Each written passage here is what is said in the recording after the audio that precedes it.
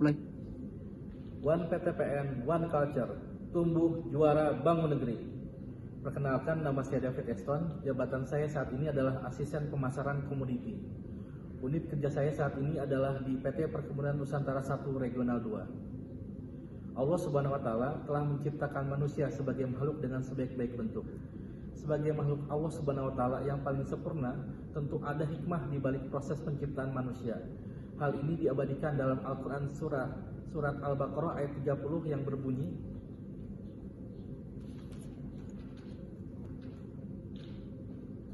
A'udzu billahi minasyaitonir rajim. Bismillahirrahmanirrahim. Wa idz qala rabbuka lil malaikati inni ja'ilun fil ardi khalifah. Qalu atas'alu fiha may yufsidu fiha wa yasfikud dima' wa nahnu nusabbihu bihamdika wa nuqaddisu lak. Qala inni a'lamu ma la taf'alun. Artinya, ingatlah ketika Tuhanmu berfirman kepada para malaikat, sesungguhnya aku hendak menjadikan seorang khalifah di muka bumi. Mereka berkata, mengapa engkau hendak menjadikan khalifah di bumi itu orang yang akan berbuat kerusakan padanya dan menumpahkan darah, padahal kami senantiasa bertasbih dengan muji engkau dan mensucikan engkau. Tuhan berfirman, sungguhnya aku mengetahui apa yang tidak kamu ketahui. Berdasarkan ayat tersebut, bahwa Allah Subhanahu wa Ta'ala telah menciptakan manusia, yakni kita sebagai pemimpin di muka bumi. Dan kewajiban kita adalah mengembangkan potensi atau kemampuan kepemimpinan yang telah difitrahkan kepada diri kita tersebut. Kepemimpinan adalah kemampuan untuk mempengaruhi, memotivasi, dan mengarahkan orang lain dalam mencapai tujuan bersama. Ini melibatkan proses membimbing, mengelola, dan mengidentifikasi individu atau kelompok, sehingga mereka bekerja secara efektif menuju sasaran yang telah ditetapkan. Kepemimpinan juga mencakup kepemimpinan untuk mengambil keputusan, memecahkan masalah, dan bangun hubungan yang kuat dalam organisasi. Adapun keterampilan yang harus dimiliki oleh setiap pemimpin adalah, yakni pertama, komunikasi, yaitu adalah mampu menyampaikan visi dan tujuan tim dengan jelas, lalu mampu mendengarkan dengan baik dan memahami perspektif anggota tim, lalu mampu memberikan umpan balik yang konstruktif, dan mampu bernegosiasi dan meyakinkan. Keterampilan kedua yang dibutuhkan oleh setiap pemimpin adalah pengambilan keputusan, yakni mampu menganalisis informasi dan buat keputusan yang tepat, mampu mempertimbangkan berbagai faktor dan risiko dalam mengambil keputusan, lalu mampu membuat keputusan yang adil dan bertanggung jawab. Keterampilan ketiga yang dibutuhkan oleh seorang pemimpin adalah adaptasi, yakni mampu beradaptasi dengan perubahan dan situasi yang dinamis, lalu mampu mengidentifikasi dan menyelesaikan masalah dengan cepat dan efektif, dan mampu berpikir kreatif dan mencari solusi inovatif. Keterampilan keempat adalah membangun hubungan, yakni mampu membina dan mengembangkan potensi anggota tim, lalu mampu memberikan umpan balik yang bangun dan bantu anggota tim untuk tumbuh. Kemudian keterampilan yang kelima adalah berorientasi pada tujuan, yakni seorang pemimpin harus mampu menetapkan tujuan yang spesifik, terukur, dapat dicapai, relevan, dan memiliki batasan waktu.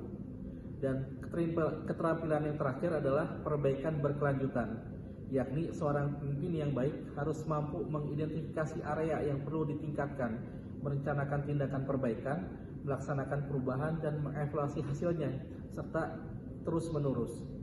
Ini melibatkan kemampuan untuk berpikir kritis, mengambil keputusan, memotivasi tim, dan beradaptasi dengan perubahan. Selain mengembangkan potensi diri kita selaku pemimpin, kita pun juga harus mengembangkan potensi anak buah kita.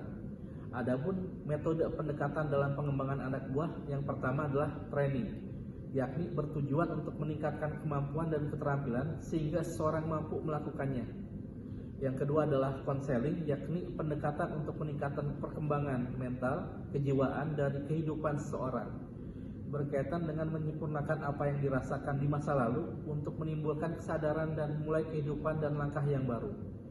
Metode yang ketiga adalah mentoring, yakni proses untuk mentransfer pengetahuan dan keterampilan, keahlian, dan dukungan yang diberikan oleh mentor dan diterima oleh mentor selaku pengembangan diri dalam bekerja, pengembangan karakter, profesional atau kehidupan.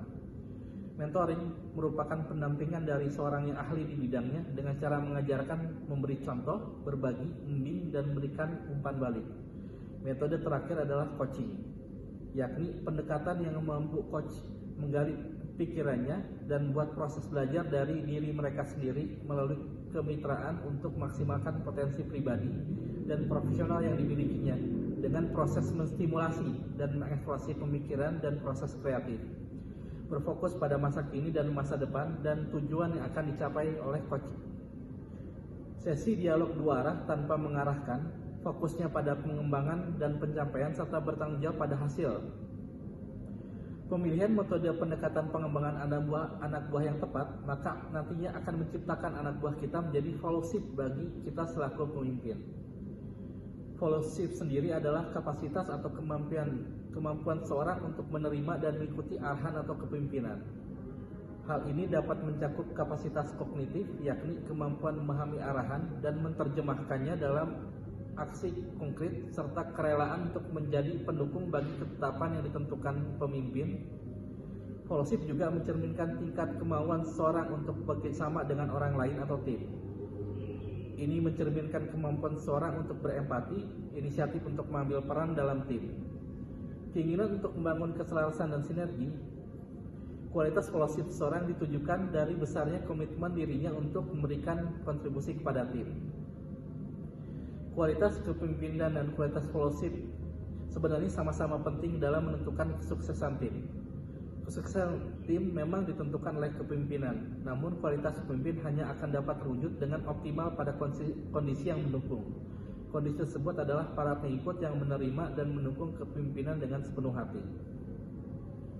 Kualitas kepemimpinan dan kualitas followship yang baik, maka nantinya akan menciptakan tim yang efektif.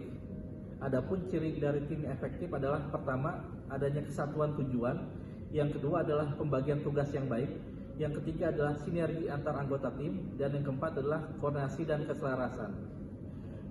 Demikian saya sampaikan pentingnya pengembangan potensi kepemimpinan anak buah. Terima kasih.